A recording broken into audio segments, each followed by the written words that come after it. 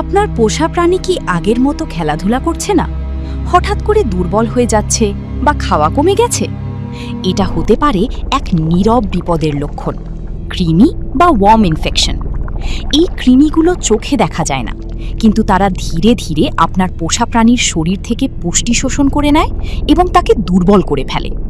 এর ফলে দেখা দিতে পারে পেট ফোলা, বমি, ডায়রিয়া, ক্ষুধা কমে যাওয়া, শরীর দুর্বল হয়ে পড়া এবং অনেক ক্ষেত্রে রক্তশূন্যতা বা অ্যানিমিয়া পর্যন্ত হতে পারে।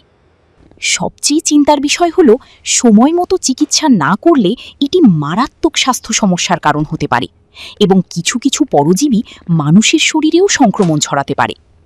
কিন্তু ভালো খবর হলো, এর একটি সহজ ও নিরাপদ সমাধান আছে: ডিওয়ার্মিং। ডিওয়ার্মিং একটি নিরাপদ প্রক্রিয়া যা আপনার পোষা প্রাণীর শরীর থেকে ক্ষতিকর কৃমি দূর করতে সাহায্য করে।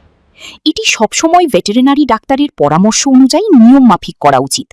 সাধারণত প্রতি ৩ থেকে ৬ মাস পর পর ডিওয়ার্মিং করার পরামর্শ দেওয়া হয়, তবে পোষা প্রাণীর অবস্থা অনুযায়ী ভেটি সঠিক সময় নির্ধারণ করবেন। আর সবচেয়ে গুরুত্বপূর্ণ বিষয় হলো, ডিওয়ার্মিং সবসময় বয়স অনুযায়ী নয়, বরং পোষা প্রাণীর ওজন অনুযায়ী সঠিক ডোজ হিসাব করে দিতে হয়। তাই ওজন ঠিকভাবে জানা খুবই জরুরি।